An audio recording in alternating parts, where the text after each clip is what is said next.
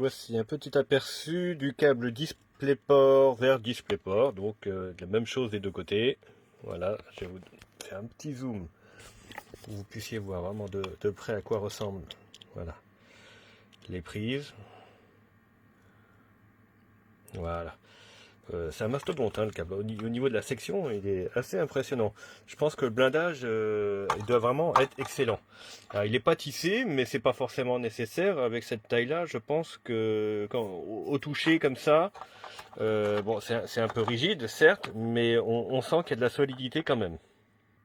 Donc je vais aller le connecter sur cet écran là-bas, voilà, qui a une sortie, enfin qui est, son entrée est en DisplayPort, enfin une des entrées. Il n'a pas d'HDMI justement. Si on veut de l'HDMI, il faut soit un adaptateur, soit un câble de ce type-là, jusqu'à mon PC portable. Donc ça donne ça une fois connecté derrière l'écran. Alors cet écran-là, c'est sur le côté, hein, donc l'avantage c'est que la prise ne gêne pas au niveau du mur. Tous les écrans sont pas comme ça, mais celui-ci oui. Ça c'est plutôt pas mal. Alors là, je viens de le brancher directement à la sortie du PC. Et donc on va, voilà, et voilà, en temps réel, vous avez la bascule qui s'est fait. Donc j'ai bien l'image que j'avais ici, là, donc avec la connexion du câble. Alors ce qu'il y a, c'est que le PC, lui, c'est une sortie HDMI. Donc j'ai mis un adaptateur pour transformer en DisplayPort. Pour le coup, c'est plutôt pour le test, parce que le PC est équipé déjà d'un DisplayPort, mais c'est un mini DisplayPort, vous voyez, voilà.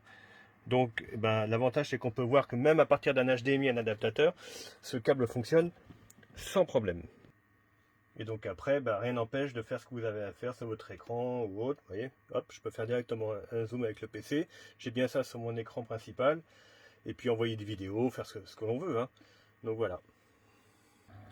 De tous les câbles DisplayPort que j'ai, parce que j'en ai quand même quelques-uns, c'est le seul qui est aussi important au niveau de, voilà, de la section de la gaine extérieure. Alors, on voit pas trop, mais à l'œil on voit la tresse en dessous de masse qui rigidifie et qui blinde le câble. Donc ça j'apprécie.